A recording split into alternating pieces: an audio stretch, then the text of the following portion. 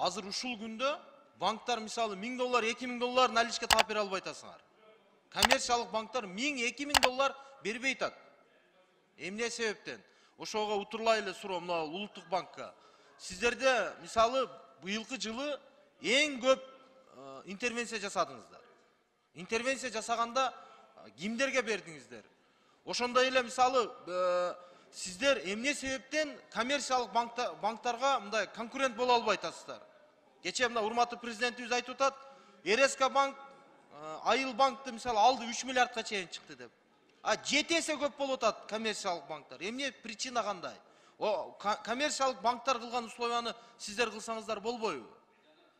Сиздер интервенция кылганда арзан курстан же болбосо ушу доллардын куну өспөсүн деп туруп берип атасыңар го. Эмне себептен алар кайрадан сиздерге поддержкага чыкпай атат?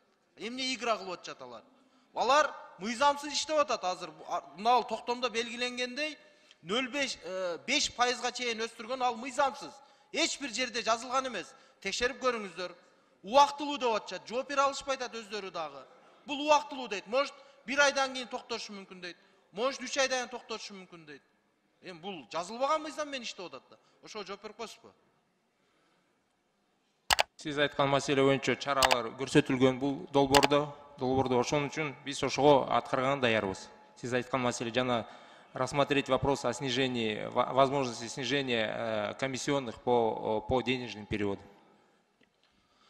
Рахмат, Дасын Арысбекович, мынау жыл аягыда болуп калды, ушу жыл башынан баштап ушуну катуу көзөмөлгө алсак, бул токтомду аткарылышын бир айлыкпы убакытка коюп, кыска коюш керек болуп атат да, буну жолго салыш керек.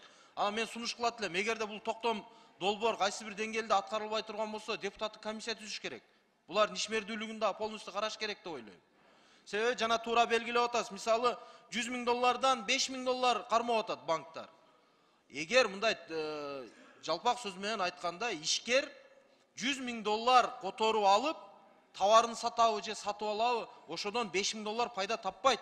Туура, эң туура. Негизи $5,000 пайда таппайт бир операциядан. Таппаган пайдасы кайрадан зыян болуп атпайбы? Бул ошонун негизинде жана ички биздин продукцияларыбыздын кымбаттап кетиши да ошодан болуп атат да. Албетте, ал мисалы бул жердеги ошо $5,000 пайызы ортодо шлум банктар алып атат. Бул нерсе ошол биздин жөнөкөй жарандардын мойнуна илинип атат. Ар бир килограммына болобу, ар бир буюмдун даанасына болобу кошулуп атат түздөн түз. Ошолордун чөнтөгүнө зыян келип атат элдин. Ал деген сөз 5% товарды кымбаттатылып туруп, себестоимость кошулуп атат деген сөз.